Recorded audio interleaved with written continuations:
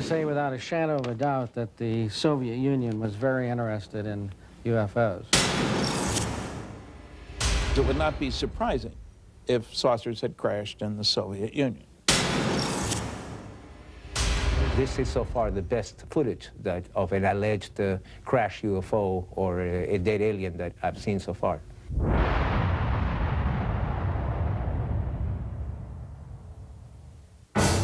Fact 1. For over 5 decades, Western governments have been collecting information on UFOs in strict secrecy. Fact 2. So did their counterparts behind the Iron Curtain. Fact 3. Now that the Cold War is over, the truth is finally out. The notion that life from another world may have visited our own is an intriguing one.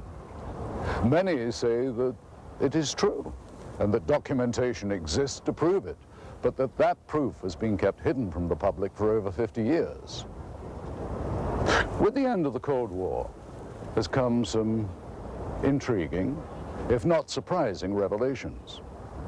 Western governments apparently have not been the only ones gathering information on UFOs in brutal secrecy. Hello, I'm Roger Moore. Join us now as we embark on an amazing journey of discovery, of international intrigue and possible interplanetary visitation.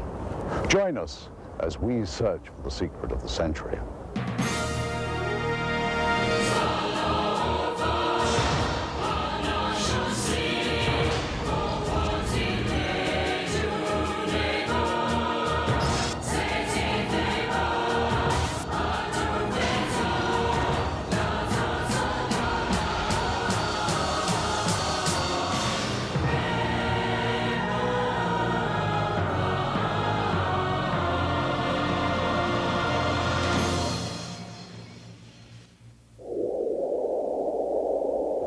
The vastness of Russia is overwhelming, even to those accustomed to the wide open spaces of America. Huge tracts of eastern Russia are still uninhabited, and it was in just such a region, remote and far from civilization, that something profound happened nearly a century ago. In the desolate Tunguska region of central Siberia in 1908, something fell from the sky and exploded on the side of a hill.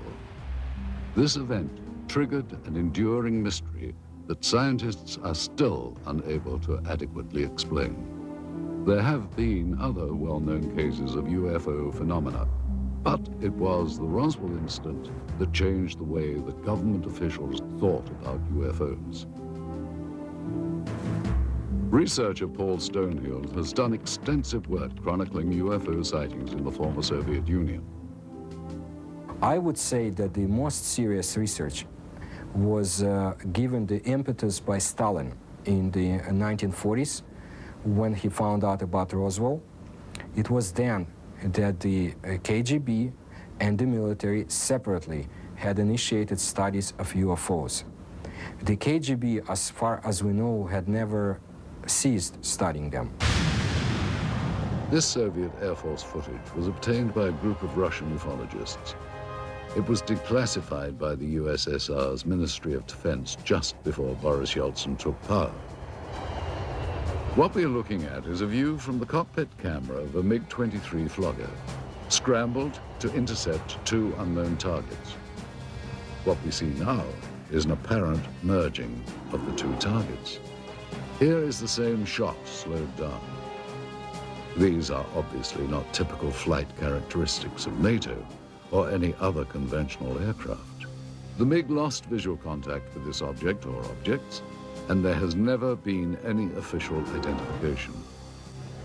By attending international conferences and exchanging information over the internet, researchers on both sides of the former Iron Curtain have been able to increase the global understanding of anomalous phenomena.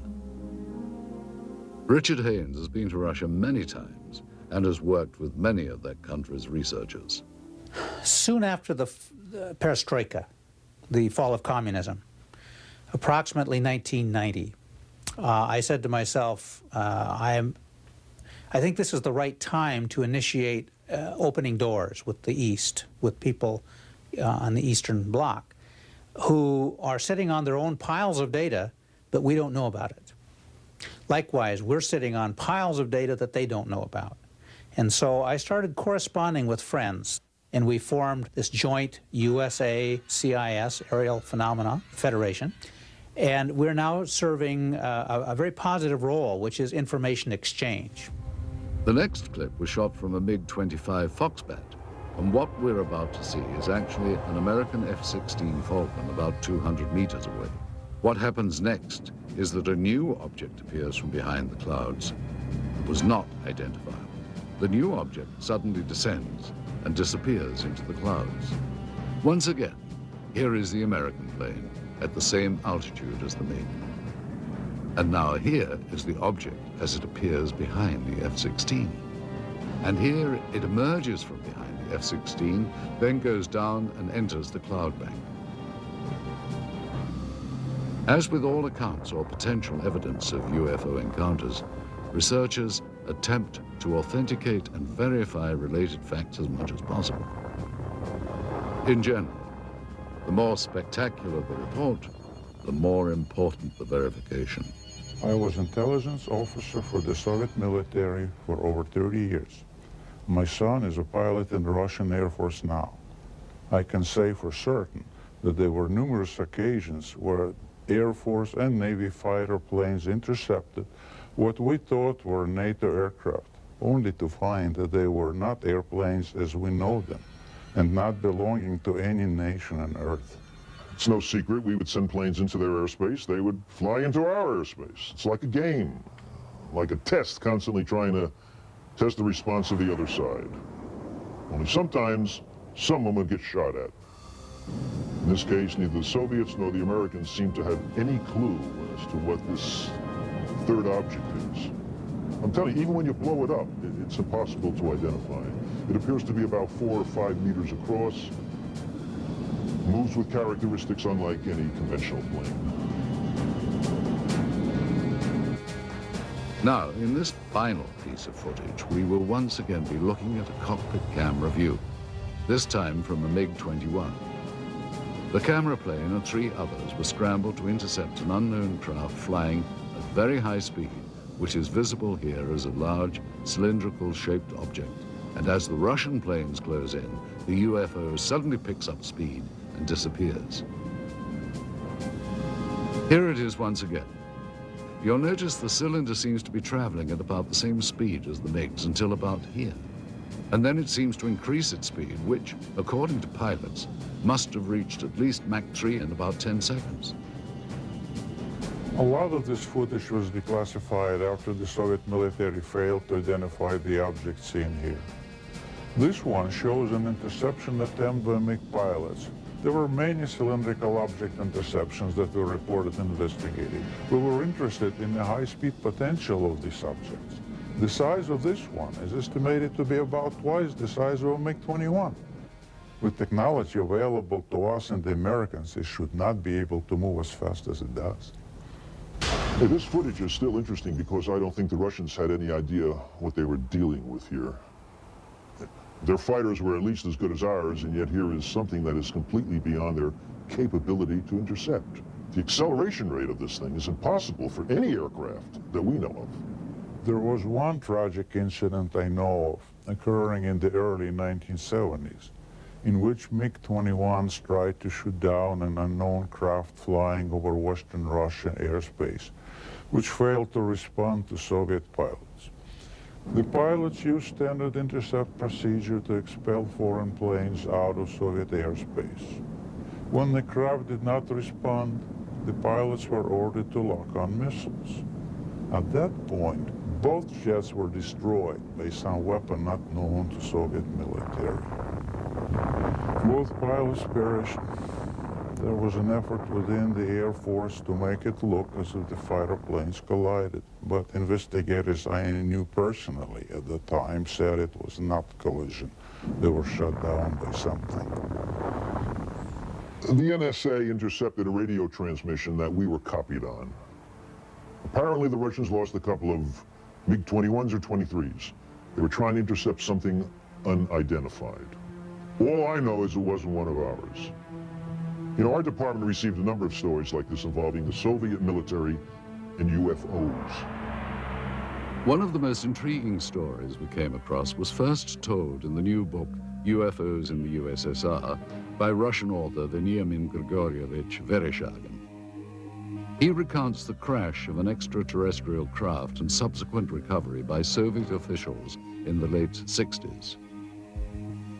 Существует свидетельство тому, что осенью 1968 года there is evidence to the fact that in the fall of 1968, there were reportedly a lot of UFO sightings in the area of Sverdlovsk, currently known as Ekaterinburg.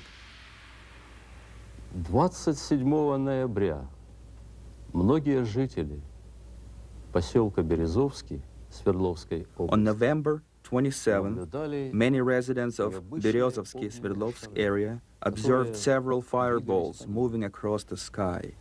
Вдруг один шар стал падать. One of the balls began going rapidly down, and after that there was a loud sound of an explosion.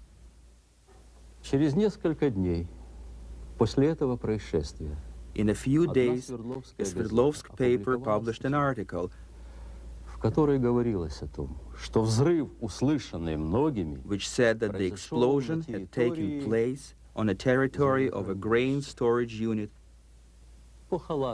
due to the carelessness of some workers. Но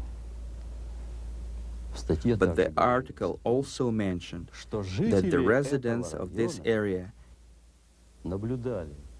had witnessed similar lights before that day.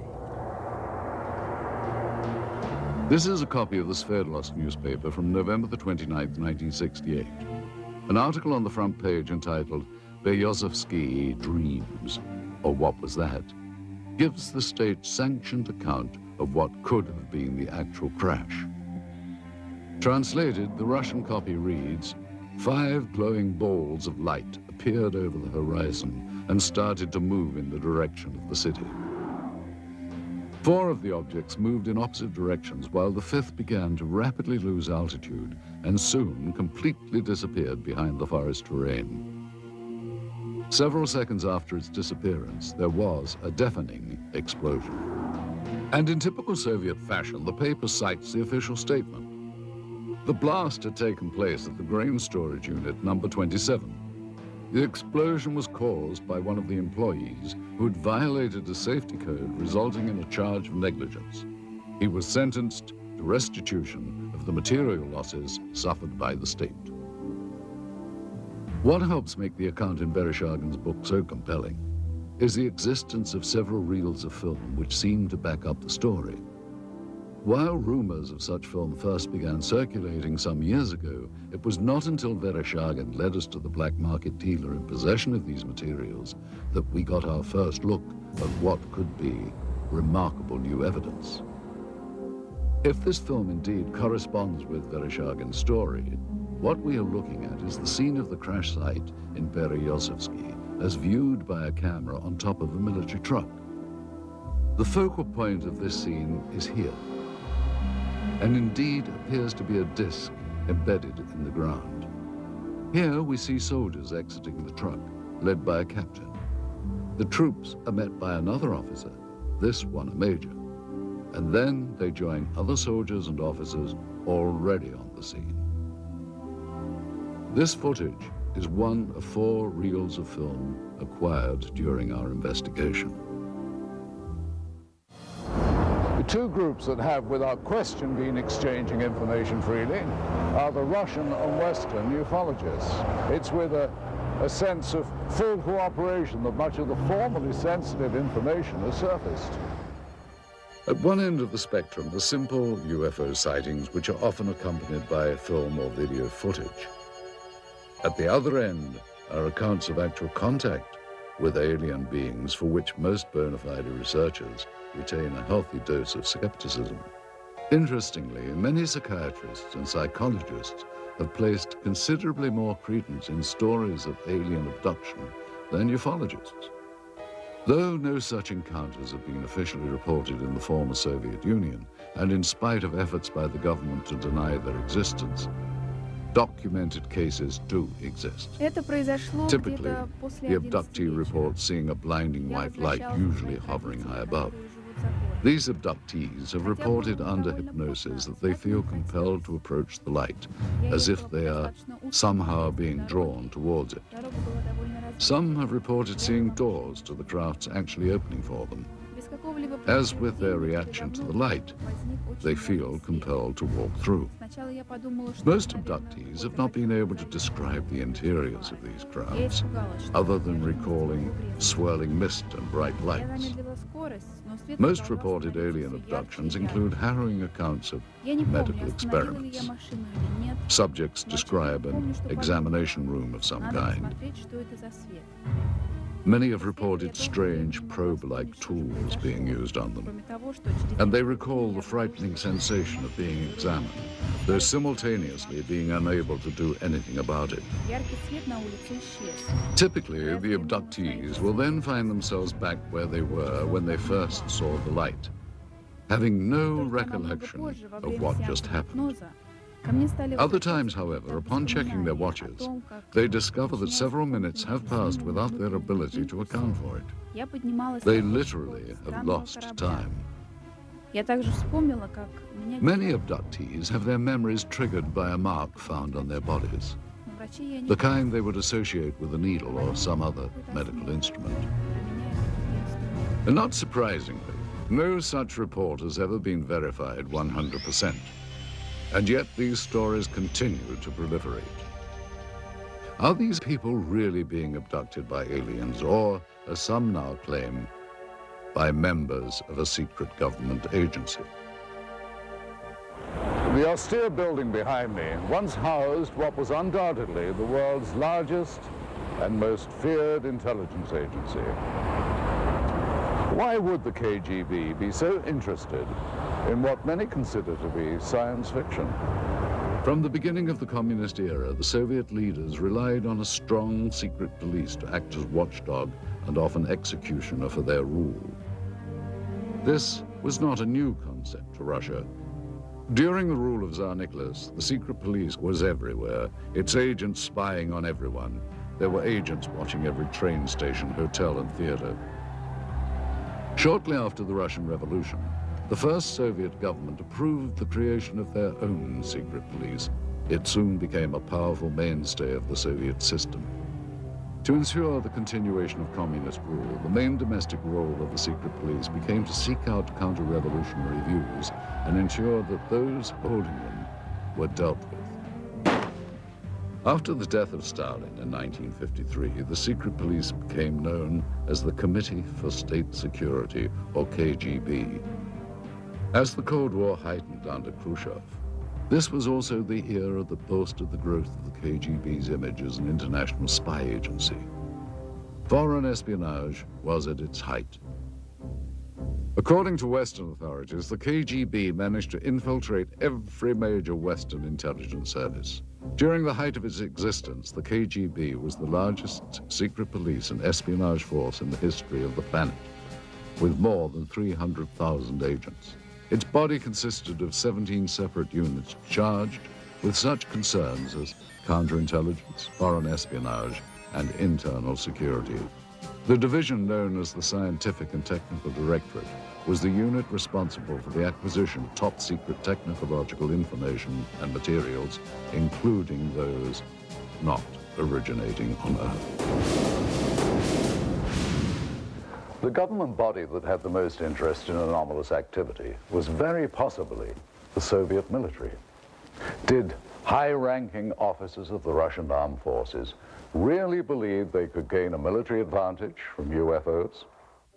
Though there has been much speculation on the exact nature of the Roswell incident and reports of actual alien beings, conclusive evidence of such encounters has proved elusive. In 1997, the U.S. Air Force issued a follow-up to its earlier Roswell report, which they subtitled Case Closed. They try to account for the stories of aliens by suggesting these were simply crash test dummies misidentified. So it was with a sense of both excitement and caution that we examined the footage recently recovered in Russia. This reel contains images of what appears to be a scientific or medical examination of organic body parts. The individuals seen here appear to be forensic pathologists or biological research scientists. Speaking in Russian, they are seen inspecting the specimen, the leader of the procedure describing his actions and the measurements they are taking. After several minutes of this, there is a change in camera angles.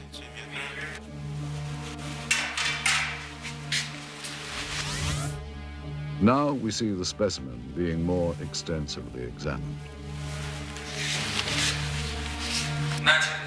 Придерживайте инструмент.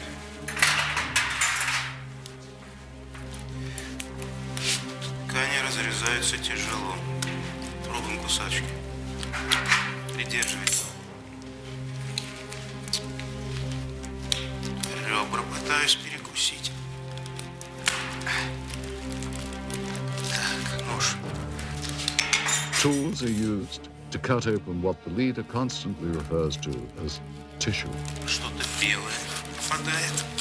Очень ригидные ткани. Давайте попробуем другим. Придерживайте.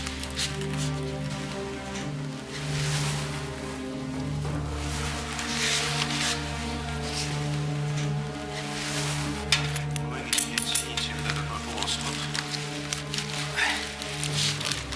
Инструмент.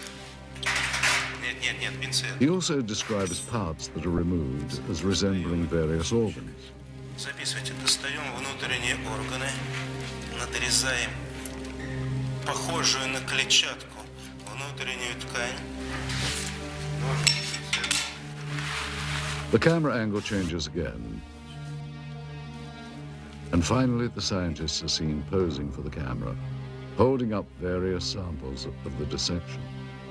If this footage is authentic, it represents one of the greatest scientific discoveries of all time. One must wonder where this film was shot and what happened to the specimen seen. If this is footage of a genuine scientific examination, what happened to the results? What did the Soviets learn, and what have they done with that knowledge? Did agents of the KGB have reason to keep this secret for so many years? Certainly there are more questions here than answers. Russia has had countless UFO sightings. Some have been explained, some have yet to be explained. The best known events are the Dawnagorsk and Tunguska incidents.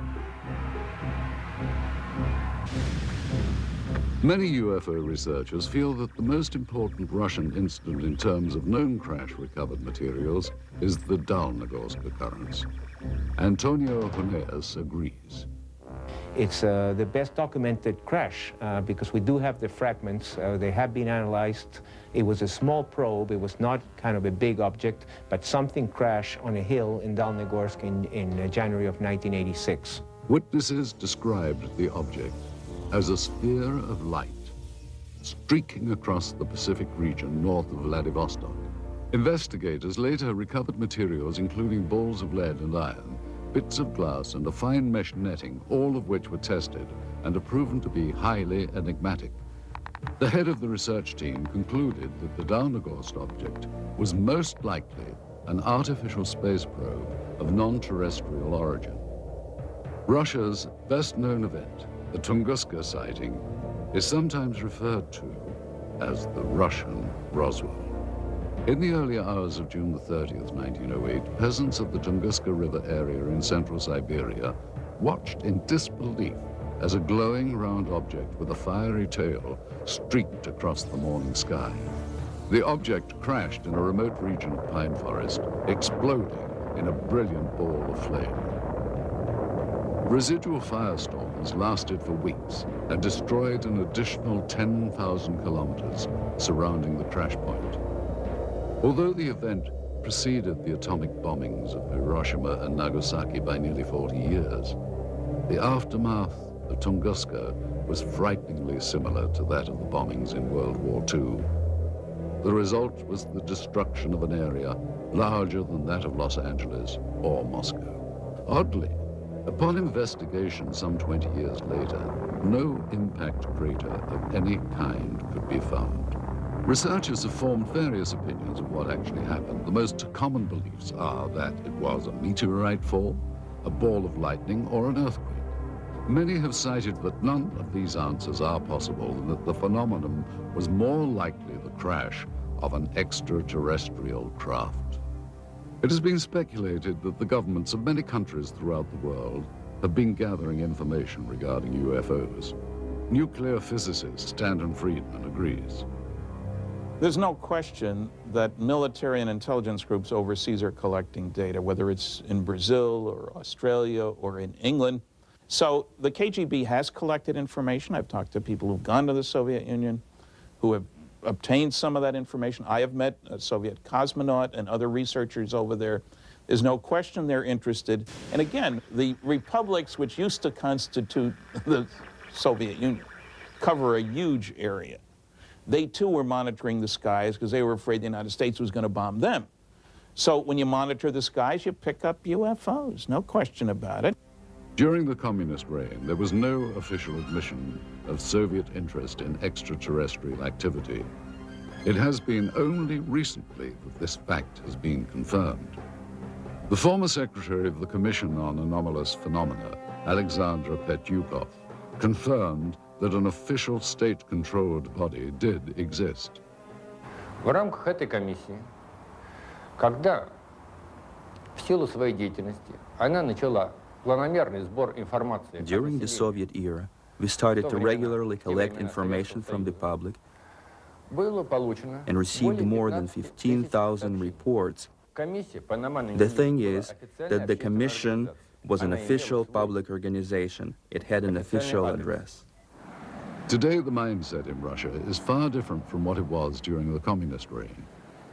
Under communism, they were told that UFOs didn't exist, but just the fact that they were told they didn't exist made people believe that they did exist, because the government was also denying. They were saying there was no crime in Russia and accidents didn't happen, you know, I mean, that everything was censored and giving this rosy picture, which of course people knew better. It was in a small house on a side street near the Academy of Medical Sciences. The British and American spies met with informants throughout the 60s and learned of one of the most bizarre plots in the world of intelligence. During my involvement for a period of at least 6 years, Soviet counterintelligence operatives played cat and mouse with Western agents in Moscow who were interested in our advanced technology programs. Some new weapons and propulsion systems were being developed, and the CIA was using any means to get information from anyone involved with the project. While I was in Moscow for a year and a half, I had 2 other agents and a guy from the British Secret Service. We routinely debriefed 2 Russian informants who worked for the Ministry of Defense. We would exchange hard currency for information on new military technology. Some of this technology was definitely related to UFOs. One way we often dealt with such incursions was to feed false information through double agents to give American and British bad leads. Well, we knew the Soviets were onto something after we started getting all kinds of smokescreen intelligence. That was a sure signal that they were hiding something. It was an indication that they had recovered something near Sverdlovsk. They were keeping it very secret. Senior research scientist Dr. Richard F. Haynes believes the Soviets had good reason to be interested in UFOs. It's my understanding that the Soviet military has had a continuing interest in UFO phenomena for very, very many years. And the reason being that their air traffic controllers, their radar sites, their military pilots had been reporting things, just as ours had, and they had no explanation for them. And so the first possible explanation would be that it's a foreign nation test or espionage or something like that of a military nature. And if you're in the military yourself, then you take that very seriously and you explore it. This film footage certainly seems to depict interest by Russian military personnel in the object that is seen sticking out of the ground. Soldiers, officers, and civilian-clothed agents are deployed around the site, and they appear to be both guarding and examining the object. This is what we found on one of the 4 reels of film obtained in Russia. After viewing the footage, we were able to determine that it was most likely shot with 2 separate cameras. One apparently a handheld camera, which starts out on the approaching truck, and a second one seen here on a tripod. As the soldiers march past, you can see the cameraman turn to follow the troops. Here we cut to the other angle, the point of view from the tripod camera. And here you see the handheld camera as the truck pulls up. Both cameras change vantage points several times during the filming, as if to get better views or perhaps under orders of a superior. From this angle, we see yet more troops arrive. Author Veniamin Vereshchagin describes the event. Весной же 1969 года рабочий местного совхоза In the spring of 1969, a collective farmer found some strange remains in the forest not far from Berezovsky и сообщил об этом, and reported that to the local security organs, те, в свою очередь, who in their turn обратились asked за the neighboring помощью military division соседнюю of Air военную Defense часть Troops, PVO, to provide assistance with the 7 investigation. марта On два March офицера 1969, 2 KGB осмотрели officers это examined место the discovery site оцепили. and sealed it off. Вы знаете, в дальнейшем события приняли более такой масштабный характер. По просьбе КГБ были привлечены On the KGB request, a Soviet военные army unit was подразделения brought to the советской discovery site, и в результате уже очень тщательных обследований были найдены after close examination of the place. They found some wreckage debris of a disc-shaped object частично. partially sunk into the ground. Поначалу органы безопасности предполагали, At что first, the KGB thought that the debris американскому разведывательному самолету или came from an American spying plane or a Soviet spaceship. George Filer, a retired Air Force intelligence officer who was stationed at Langley, is not surprised the Russians were so interested in this object. We found that the Soviets would pay to get information on UFOs as opposed to, we'll say, an F-111 aircraft, that they were, in a way, more interested in UFOs than some of our latest aircraft. And here you see the man who is probably the head KGB agent directing the cameraman to point his camera toward the disc. A total of almost 1,200 feet of negative were recovered just on this crash site. It is possible that more film was shot, but this is all that we were able to obtain. None of this film depicts the removal of the disc itself, and at no point do we see inside the object. From this angle, we do see the handheld camera shooting behind or inside the disc. However, that footage, if it was, in fact, ever shot, was not included in the cans of film we acquired. We can only speculate that it may still be at large. We must also speculate on how the object ended up here. Based on information from Vereshchagin's book and what we can see in this footage, we have created this computer-animated version of how researchers believe the crash may have occurred. The questions then become, where did this object come from and how did it come to crash here? And more importantly, what has happened to it since? With the change to a market economy here, many items never before available to Russians are finding their way to store shelves. Some point to this as evidence of a new prosperity. Others claim that this only fosters greed, not seen during the Soviet era. They say that everything is for sale in the new Russia, including state secrets and the spies who kept them. And I'm sure that this happened because I remember in 1991, 1992, there has been a lot of talk about the KGB files. It's quite possible that the files, some of the files, had been sold to the highest bidder. What is now modern-day Russia was once the core republic of the Soviet Union. Prior to its breakup in 1992, the USSR was the world's largest country, stretching from Eastern Europe into Asia. In addition, the USSR had direct control over the Eastern European countries of Romania, Bulgaria, Hungary, Czechoslovakia, Poland, and East Germany. The boundary of these countries was for years referred to as the Iron Curtain. For decades, its military power influenced events throughout the globe. The single most important event in Russian history was the Revolution of 1917. The Bolsheviks changed the country from a monarchy to the world's first communist state. In the late 1920s, Joseph Stalin transformed the country even more by regimenting every aspect of daily life and still managed to brutally stomp out his opposition. While the USSR was allied with the West during World War II, the years after the war ushered in an era of mistrust that came to be known as the Cold War. This new relationship chilled ever further in August of 1949, when the Soviets exploded their first atomic weapon. The Western powers, including the United States, viewed the USSR as the world's greatest threat. In its ongoing competition with the West, Russia's greatest victory occurred in 1957 under the leadership of Nikita Khrushchev. It was the beginning of the space age. As the first nation into space, it's not surprising that in the years to follow, the Soviets would become increasingly curious about extraterrestrial life existing in our galaxy. Despite their early victory in the space race, back at home, the standard of living and the country's lagging economy weighed heavy on the minds of the Soviet citizens.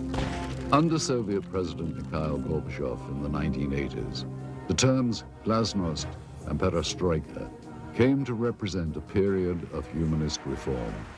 The first truly democratic elections in Russia's history occurred in 1991. After 70 years of Soviet rule, the USSR was dissolved. A new market economy has emerged along with more freedom for the people. While there are some who yearn for a return to communism, most citizens feel that the new Russian democracy has been a vast improvement to their daily lives. But with these positive changes come problems. In a recent news survey in Russia, citizens were asked the question, who controls Russia today? An astounding 23% responded the mafia. Renowned Russian writer and Nobel laureate Alexander Solzhenitsyn wrote, Russia's economic chaos is the result of merely criminal reforms that have created a new class of mafia capitalists. The word mafia refers to the new system of organized crime in Russia involving countless government officials, businessmen, and organizations controlled by criminal groups. Resistance to extortion attempts has resulted in violence. Kidnappings, assassinations, attacks on family members, or harsh persecution by corrupt government officials have been documented. Dozens of bankers were kidnapped and assassinated by the mafia in the first few years of Russia's independence, when organized crime was taking control over the country's financial system. Having eliminated its rivals in such a brutal manner, the Russian mafia is now in a position of great power. What the future holds for the Russian Republic is uncertain. What is certain is that in the next Russian elections in the year 2000, the interests of big business and those with money will be well represented, and undoubtedly so will organized crime. Mafiocracy, as it has been called, might become the totalitarianism of the new millennium. With the collapse of the Soviet Union, many changes have come to Moscow and the rest of Russia. Gone is communism and the strict controls that once governed daily life here. Please understand, Russia has always been a secret society. Just recently, we found out that the secret police had kept records on UFO phenomena, and some of them had been released only recently. Some, not all, coming to light now. Case in point, the intriguing film footage we had acquired. Proof, some say, of alien visitation. Being that this material is of such sensational nature, we had many questions regarding its history. Little information was provided us by the black market dealer from whom the film was purchased. It is likely that such materials were kept stored in a holding facility, a vault located beneath KGB headquarters perhaps, reserved only for those with the highest level of security clearance. Kept safe in underground storage for decades, the film was probably only handled by a select few who would have known of its existence. After the collapse of the Soviet system, there was a transitional period marked by confusion.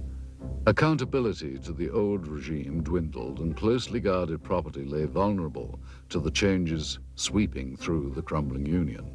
Those with connections under the old regime found themselves perfectly positioned to exploit the situation.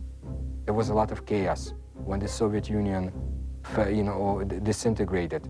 In my opinion, at that time, it was very easy for an, agent with brains to get his hands on such files and sell them here. So it would be conceivable that documentation might be obtainable through similar sources to provide authentication of the film. Though most leads proved to be ultimately unproductive, we found that with perseverance, money, and a bit of luck, it is possible to acquire classified Soviet documents.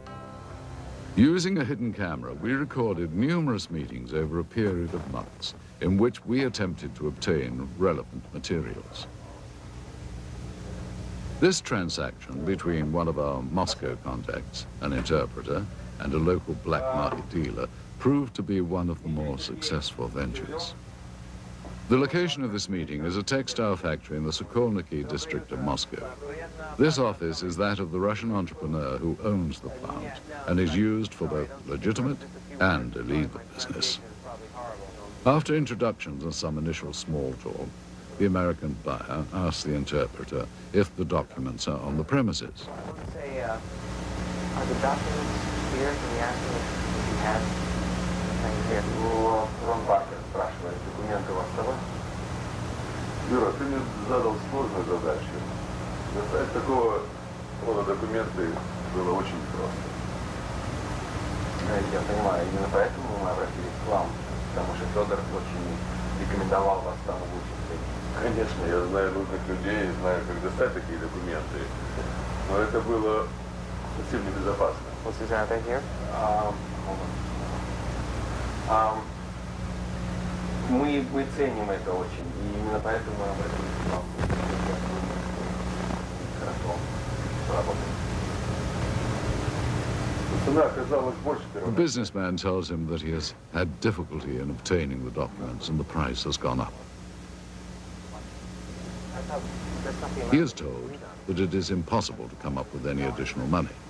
Да, мы договаривались, ты должен понять, что достать такого рода документацию это совсем небезопасно. Не, я понимаю. We only have 10,000. Да, у нас только 10 тысяч, понимаете, в этой сумке сейчас 10 тысяч. Но мы договаривались с вами, первоначально. Да, мы договаривались, но... I mean, I can't go out and... Это очень сложно, Нет, я это понимаю. Я понимаю, Дмитрий, я отлично понимаю, но вы понимаете, здесь вот в данный момент находится только 10 тысяч. Мы не можем сейчас найти где-то еще вдруг на стороне всего 5 тысяч. After consultation with his associate, the seller finally agrees to honor the original price. Давай, ладно. The files are then removed from a safe and given to the interpreter to inspect.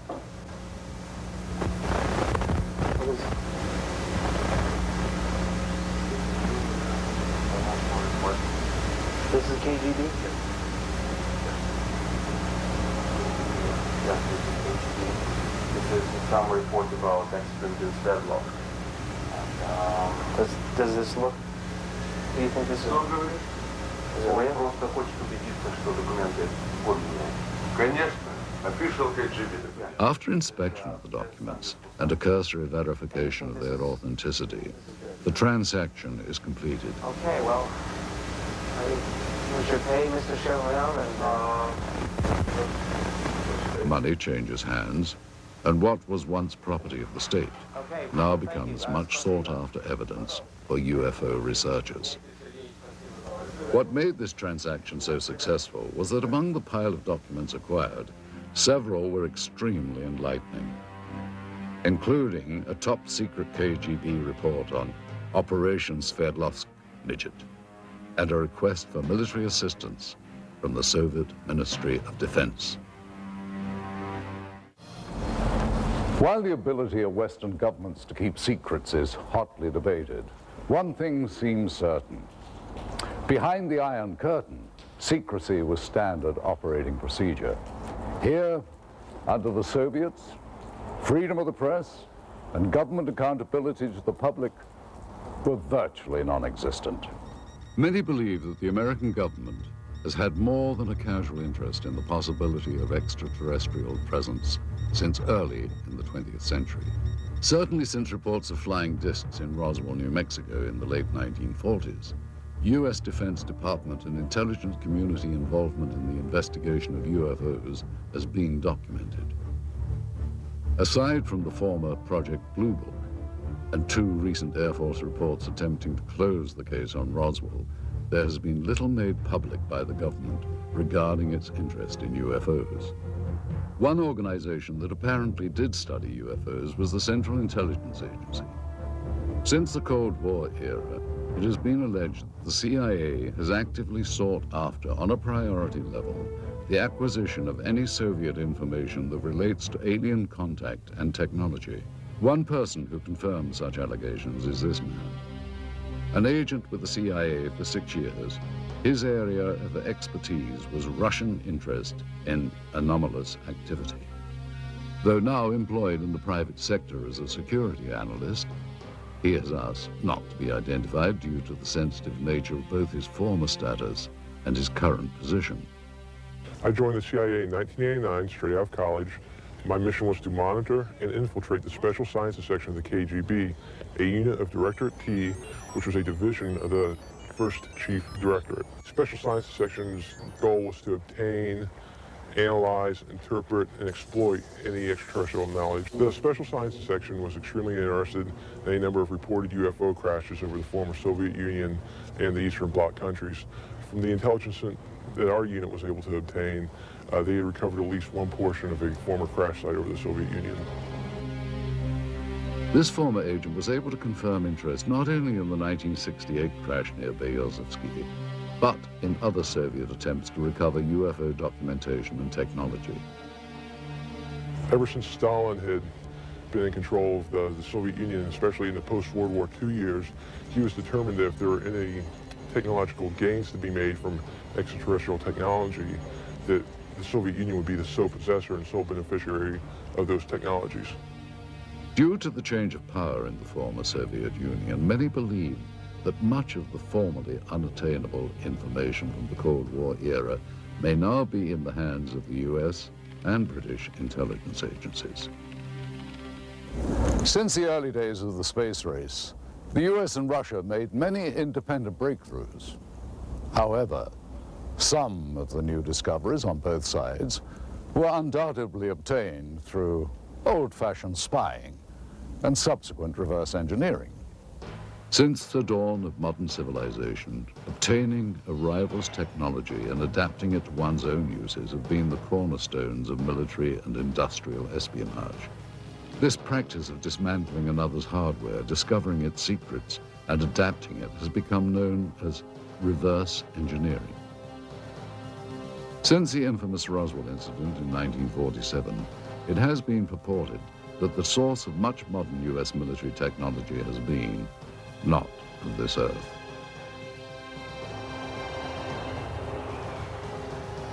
A number of technologies were either partially inspired or wholly inspired from what was recovered at Roswell. It's amazing that when you look at the profiles from both the sides and from dead on, how close to stealth technology and spy plane designs that the Roswell ship resembles. We firmly believe that she is the design Rosetta Stone and the holy grail for aerospace design technology. According to witnesses and UFO researchers, debris supposedly collected from the site indicated a technology superior to any existing on Earth during the post-war years.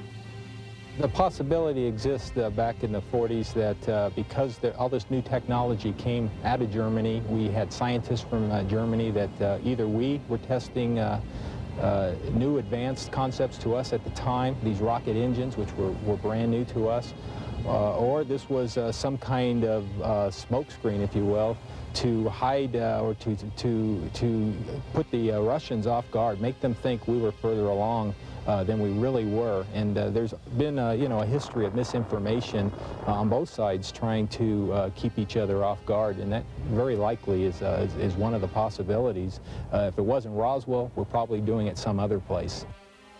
Such advances as the Hubble telescope and the Super Arbec missile engines are rumored to have benefited from alien reverse engineering.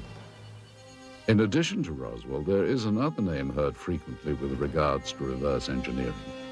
The military facility located in the Nevada desert, commonly known as Area 51. One theory is that Area 51 is the hub of alien reverse engineering. But is the United States the only military power to have engaged in this secretive development of military technology? Or did Soviet military and intelligence organization reverse engineer technology from alien spacecraft that may have been recovered in Russia? Do the Russians have their own version of Area 51, located somewhere in the uninhabited parts of their vast country?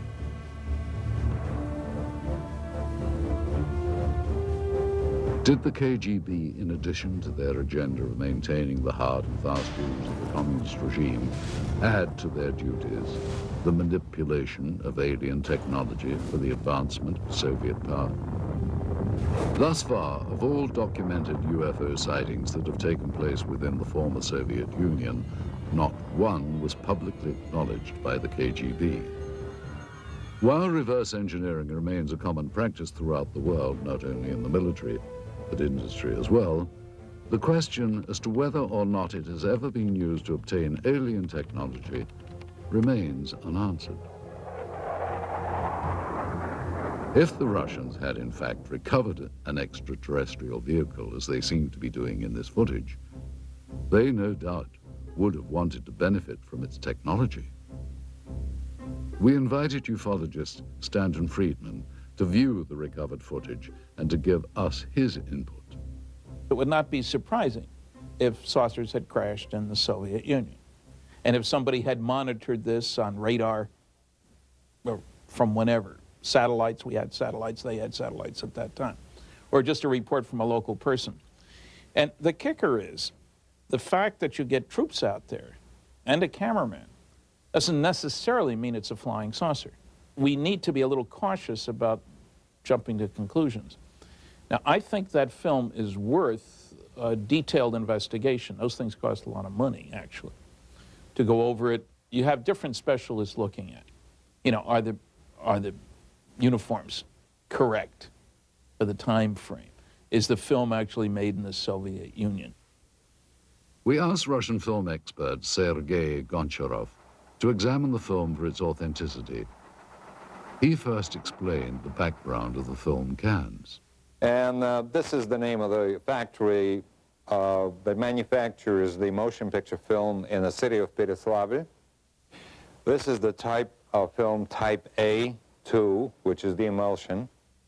After Sergei examined the cans, he felt that they were authentic and consistent with the area and time period from which they had allegedly come. Now that we've looked at the cans, the next thing to do was to actually find out if the film itself had any markings on it. Okay, in the very beginning of the film, we have this word, which in Russian says начало, or the beginning, or the start. Now, the next bit of information are these two items, M-A-R-T, Mart, which is the month of March, 1969, letter G for year. So the year of 1969, the month of March. Okay, then we have the two bits of information which says plyonka number 267. Plyonka in Russian means emulsion or film, could denote the reel, the roll, or batch, and this, of course, is the number. The next thing we see is this bit of information. Совершенно секретно, top secret archive of the KGB logo and the word archive of the KGB. Finally, Sergei Goncharov compared the markings on the film itself to what was printed on the cans. As you notice right here on the edge of the negative, we have the word безопасная пленка, meaning safety film, and type A2 or type A2, which is exactly the information that you have on a can. Next, we showed the film to Russian researcher Paul Stonehill. The colors of the film, the quality, soldier uniforms. Somebody would have to go into special, to make a special effort to make a film that feels like something that was made in 1960s. I've seen a lot of films made in the 1960s, and this film here is almost of the same quality. It's not a 1980s or 1990s film. The KGB officer that had been looking and touching things looks quite genuine. To me, my gut feeling is this is not something that they had made intentionally to fool people. UFO researcher Antonio Huneeus offered us his views on the film. I would say that visually it's very impressive. The first thing that struck me was the good quality, a very, very, very clear footage. You see, of course, it wouldn't be impossible to duplicate, you know, as a hoax. You would have to hire some actors and so on.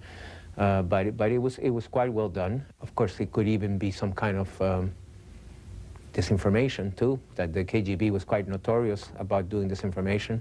For what purpose, I don't know, but they might have done some kind of training film or something to, of course, if it was disinformation aimed against the Americans or something, we never heard of it, so that's also dubious.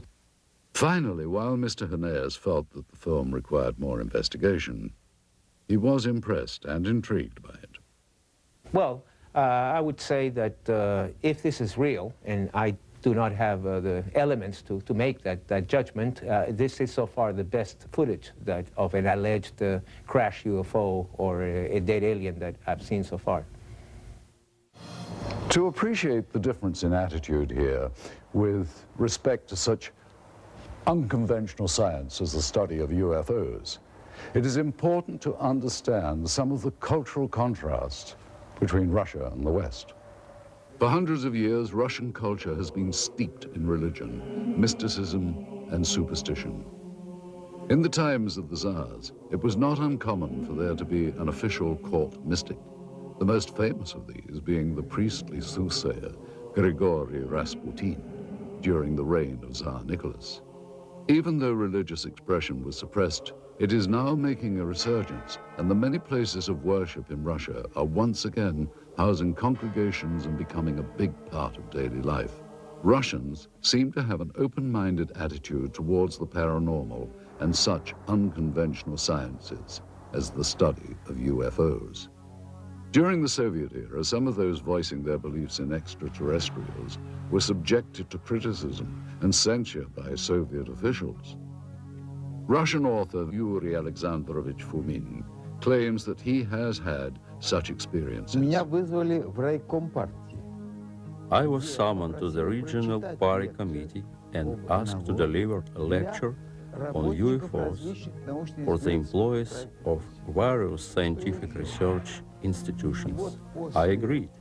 After that lecture, the head of the regional party committee suggested that everyone present should take a stand and subject my lecture to criticism.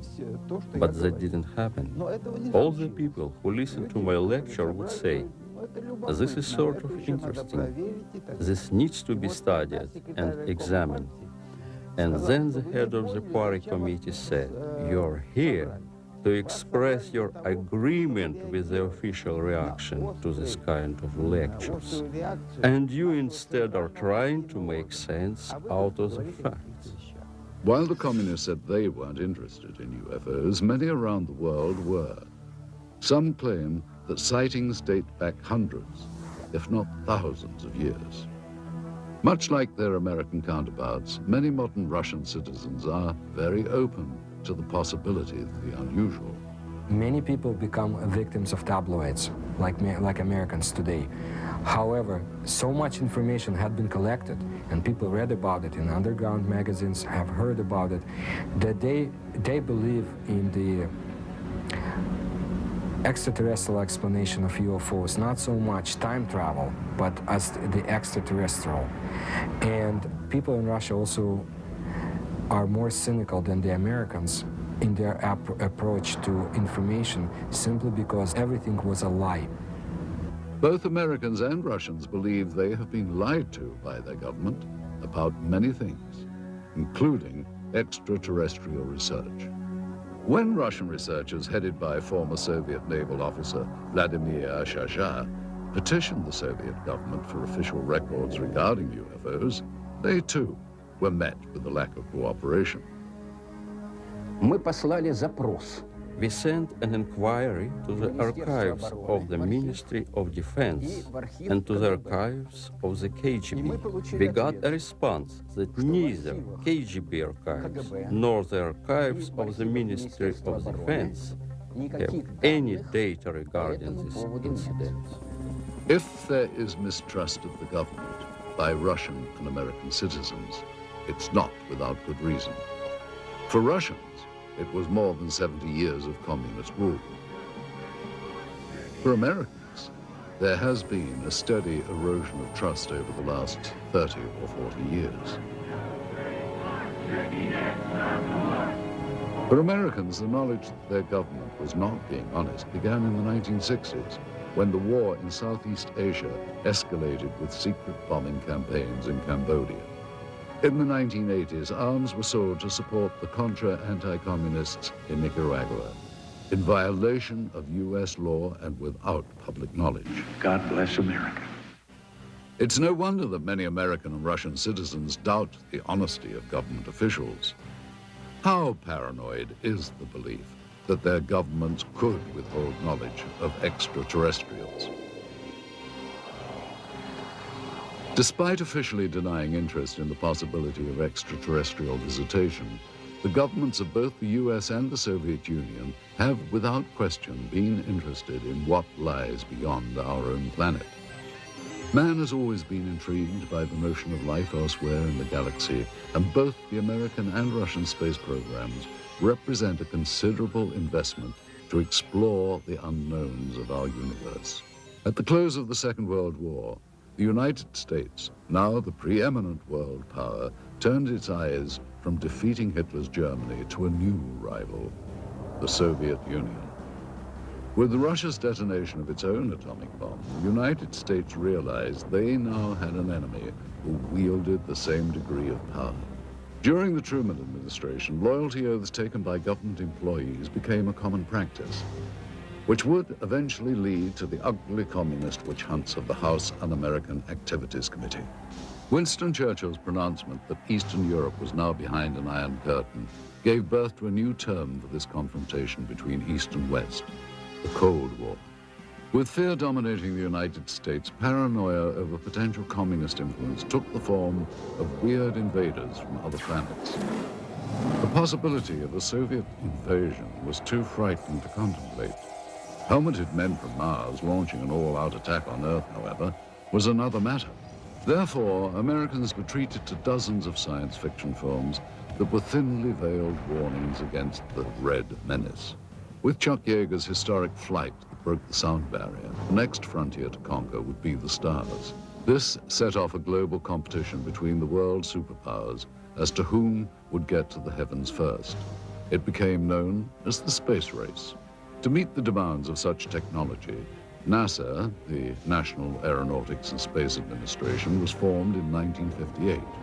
The space race would nearly end in defeat for the United States, however, with the launch of Sputnik. The US feared if the Soviets could launch a probe in space, would missiles launched from that probe be far behind? When cosmonaut Yuri Gagarin made his historic orbit around the Earth in 1961, he became the first man in space. The United States realized their only hope of beating the Soviets was to have the first man on the moon. And in this dream, they would find a passionate champion. It was President John F. Kennedy's promise to have a man on the moon by decade's end that shot the space race into another dimension. It would not be until Neil Armstrong's historic first lunar step on July the 29th of 1969, however, that Kennedy's dream would be fulfilled. In years to come, the cumbersome NASA rockets would give way to the more streamlined and modern space shuttle. Even before the fall of communism, a new unity would develop between Russia and the United States. The petty rivalries of the past gave way to a new cooperation which would culminate in the joint Russian and American crew of the space station Mir.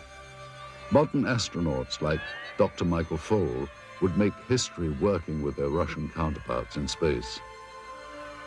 At long last, the demons of the Cold War had been silenced. The first human beings in space were Soviet. Were the Russians also among the first to encounter beings not from this Earth?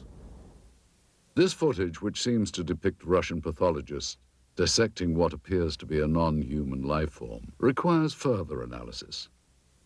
We once again asked Stanton Friedman for his comments.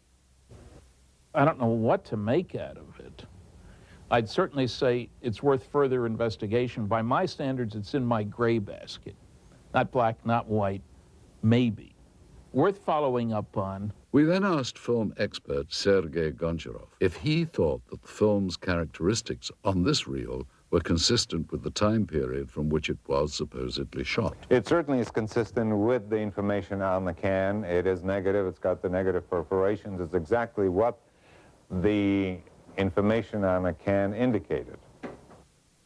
Sergei explains the significance of a flash frame, an interesting and possibly important characteristic of the film that was discovered. All right, now, a flash frame, this is, of course, a flash frame is that piece of film that is, when you push the button on the camera and you start exposure and you stop the camera to stop the exposure, and then you restart the camera again, by virtue of inertia, the camera will sometimes expose either a flash of light, or if you point the camera away from the person in front of it, you will see some other subject matter. Those flash frames appear between the takes and sometimes show things and people that are not part of the scene itself. You have people that have nothing to do with the information that you've seen on a film before or after. Again, an individual in uniform. You see these people performing a procedure. You have somebody in civilian clothes, people that you have not seen before, as this is in a flash frame segment, which was not meant to be as the procedure that was being photographed. Mr. Goncharov concludes that while the film's stock and camera techniques are consistent with KGB and Soviet government films of that period, he feels that the discrepancies with the subject matter require closer scrutiny. Anytime you have subject matter of this type, any additional investigation is worthwhile. Absolutely. Stanton Friedman was further intrigued by the medical techniques in the film. I don't know what to make of these guys with what seem to be medical instruments, certainly in a medical facility, judging by the stuff on the wall. And it's interesting that you can see their faces, which is interesting from two different directions. You can tell their identity if you could find people that look like that. And they're apparently not afraid of contamination, ingesting anything toxic. Now, that could be that they'd already gone through this routine and somebody had said, hey, there's nothing bad here. We then showed the film to Dr. Annette Ryan, a former lieutenant colonel with the Army Institute of Pathology. The first thing that I notice is the way the doctors are dressed. They're dressed in these pristine white lab coats, and I think it would be more common for them to be dressed in scrubs or even butcher aprons, unless, of course, they know that they're being filmed and they want to look good. They also look very young. but that is consistent with forensic examinations, and that's because senior medical staff usually don't get involved in this type of procedure. I also noticed that they're wearing rubber gloves, but they're not wearing any other protective gear. They're not wearing goggles, they're not wearing masks, they're certainly not wearing any biohazard suits. I would assume that's because they're not concerned with contamination. And this, of course, is typical of Russian-Soviet medicine. I mean, when we think of Chernobyl, just remember back that there was a terrible lapse in any type of protection. It certainly would not happen in the United States. I mean, it would be unheard of. Next, Dr. Ryan commented on some of the specific medical procedures. All right, what's happening here is that they're using dissecting scissors to open up the sternum, which is a common procedure at that time. He's using the proper tool. The way they're holding and using the various tools looks correct, which indicates to me these people know what they're doing. I would say there's little doubt that these are actual Russian medical people. Now, if you look closely at this procedure here, which is repeated several times in this footage, what they're doing is removing a piece of material. The one doctor refers to it as an organ or resembling an organ. Then the diener snips off a small sample which is placed in a specimen jar for later analysis. Well, that's exactly what would be done in a forensic case or in the case of scientific research, for instance, if some new species had been discovered. They would remove very small pieces for later chemical and microscopic examination. The lead doctor also mentions a structure he describes as resembling ribs. And here you can see what indeed resembles a rib cage, as if this was the torso of some anthropoid or human-like organism. Finally, though Dr. Ryan was unable to identify the subject matter, she believes that the techniques were consistent with those practiced in the Soviet Union during the late 1960s.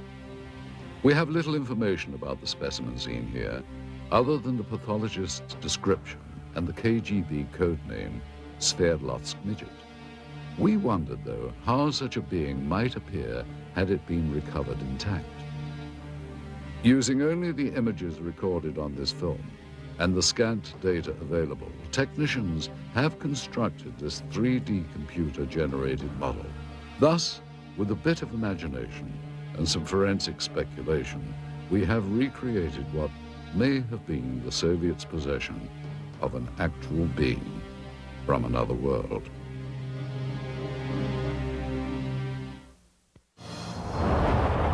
Information leaked from intelligence sources in the West indicated a belief that the Soviets were actually attempting to reverse engineer something not manufactured on this Earth. Whether we'll ever know the full truth about the supposed UFO crash in Beryozovsky, one thing seems certain. If agents of the KGB or any other branch of the Soviet government did recover parts of a craft made by alien beings, they would have been extremely interested in examining all the materials very closely. No doubt Soviet scientists would have wanted to determine if the parts of the craft were truly of extraterrestrial origin. They would have inspected each piece down to the microscopic level and tested for various physical and chemical properties. And of course, they would have wanted to take advantage of any new technology they could gain from the recovered materials. И мы не можем расшифровать их физики. We are unable to solve the puzzle of their physics. Our physics is based on quantum mechanics. Theirs is based on parallel worlds, a different kind of paradigm, a different understanding of history. It is similar to the effect of a TV set or a video camera would produce on people in the time when Pythagoras lived. Pythagoras would not understand it. That is the gap between them and us. That's why, however hard our engineers or technicians would try to decode their technologies, they would fail.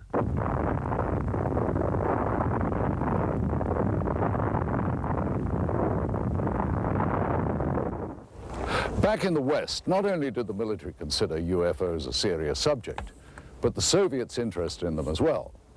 It seems that, in the beginning anyway, both sides thought that flying saucers were an invention of the other. And that fueled a decades-long campaign of espionage and counter-espionage.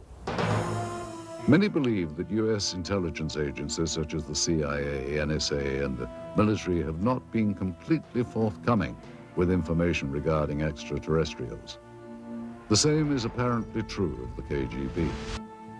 Some claim that the KGB, as well as the U.S. government, may have been using the UFO phenomenon as a smokescreen to cover other top-secret activity from the very beginning. Former NASA scientist Dr. Richard Haynes concurs. Well, all I can say is that there are verified documents from Stalin's time that showed he had an intense interest in Roswell, what was going on in Roswell, New Mexico in about mid-40s. Well, that makes very good sense from the standpoint that that's where our atomic bomb group was, the 509th bomb group, from which Hiroshima and Nagasaki events happened, ultimately. It's where the pilots trained. So it's understandable that Moscow would be very interested in this subject from that standpoint.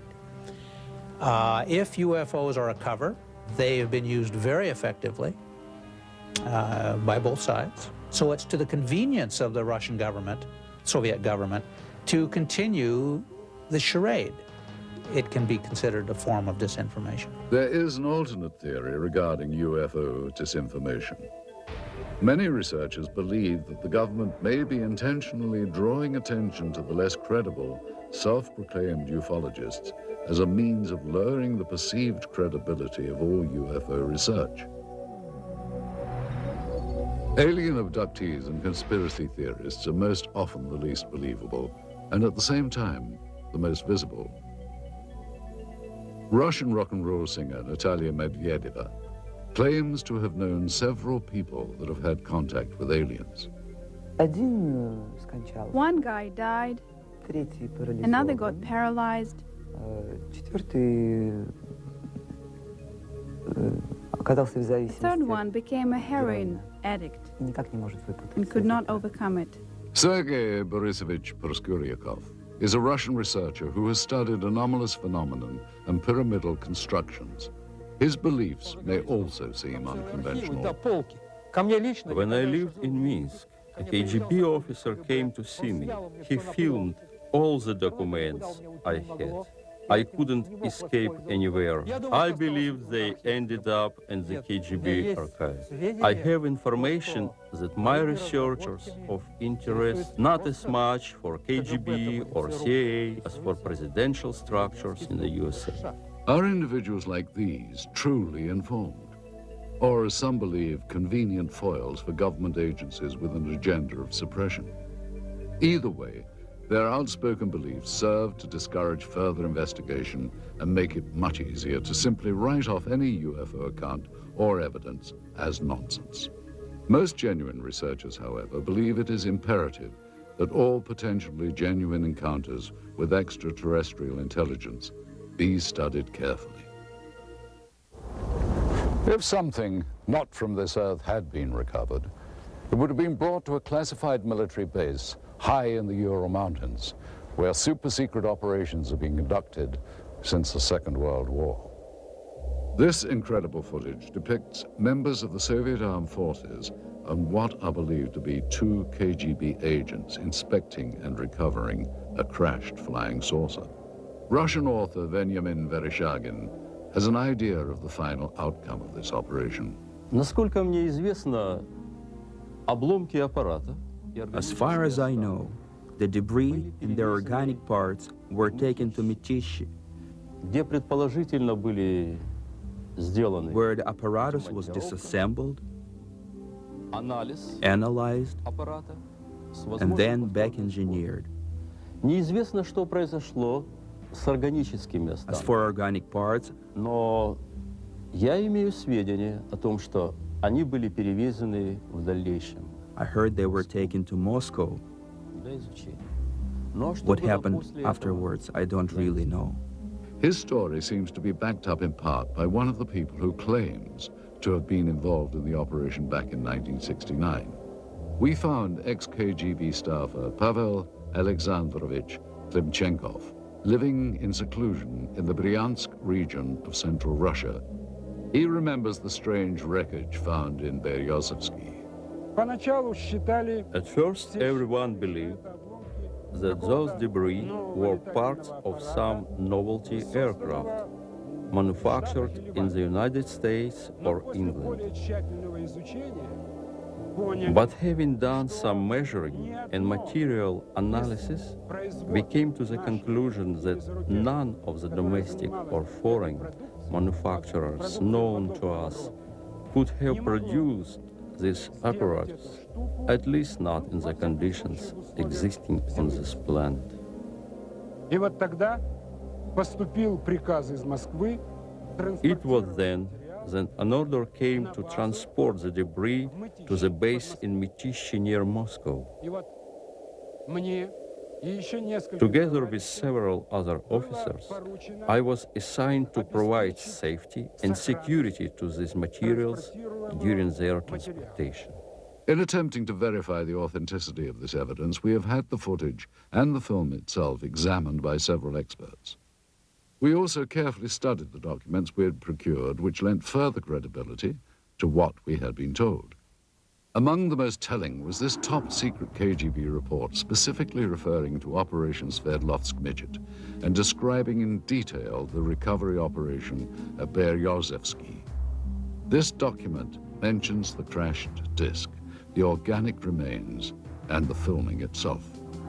There was also this secret order from the Soviet Ministry of Defense requesting assistance from military unit 67527. We looked closely at such elements of the footage as the uniforms and the arm patches worn by the soldiers. These patches seem consistent with the patch worn by such Soviet Army air defense companies as military unit 67527. They're all wearing winter coats, which don't appear to have much in the way of insignia on them. And that is not out of character for the winter coats. They would generally not contain much in the way of identification. These are all members of the same unit. I can see that the weapons are AK-type weapons. The main battle weapon of the Russian army, even up through today's date, is the automatic Kalashnikov weapon. Yeah, it's clearly an AK, fixed stock, birch stock, no muzzle brake, milled receiver, no question about it. It also seems to be consistent with the muzzles of the weapons that I can see in this film. In addition, we had notes from the scientific examination of the recovered organic specimen, which seemed consistent with the soundtrack of the dissection footage. With so many elements in seeming consistency, Vereshchagin's story becomes even more tantalizing and perplexing at the same time. Is it possible the Russians actually recovered an alien craft and its occupant 3 decades ago? If members of the Soviet Army had knowledge of a supposed UFO crash, then what happened to these individuals? And if they can't be found today, why not? In the course of our investigation, our goal was to follow every lead, to search for every scrap of information regarding the incident so named Operation Sverdlovsk Midget. The tenuous paper trail we have reconstructed using recovered government documents led us eventually to a lab of the former All-Union Scientific Research Institute of Biology. In attempting to obtain records on the individuals depicted in the dissection footage, we turned up these additional documents. 3 death certificates, all dated March the 24th, 1969, within a week after records indicate the examination was performed. Cause of death for all 3, cerebral hemorrhage. Dr. Ryan told us that the odds of this occurring naturally are next to 0. The former state-run institute is now a private teaching center known as the Moscow Medical Institute. That this is the same facility as seen in the film footage becomes obvious with a comparison of such fixtures as the stonework tables and the distinctive tiling on the floors. The difference is that one-time experimental procedures have been replaced by routine anatomy lessons with plenty of hands-on experience. Secretive operations are now openly administered educational opportunities. But we did find in the basement of the building remnants of this facility's past, reminders of a time when procedures here were not open to the public or subject to public scrutiny. What were the Soviets experimenting on in decades past at the Research Institute of Biology? The answer to that question is still yet to be found. Indeed, many questions about the film footage and the alleged Operation Sverdlovsk Midget remain unanswered. Any extraordinary find, such as the apparent film record of a crashed spacecraft, or of what appears to be scientists examining parts of an alien life form, require further analysis. Yet it seems incredible that so many elements of this story from so many diverse sources appear consistent. The original account as told by researchers and witnesses, the recovered documents, and of course, the film. We have to ask, is this footage genuine? And if so, does it represent an actual case of alien visitation, or, as it has been suggested, was the footage created as part of a Cold War disinformation campaign? One other proposed possibility is that it was simply a military training exercise captured on film. Again, if it is a real UFO crash, where are the remnants? And what happened to the body of the alien being? With all that we have unearthed here, the big question seems to be, what is the significance of what are clearly some very profound discoveries? And will we ever know the full story? We hope you've enjoyed visiting Russia with us, and we hope you've gained some insights on what promises to be a continuing source of intrigue and controversy. Thank you for joining us. I'm Roger Moore in Red Square.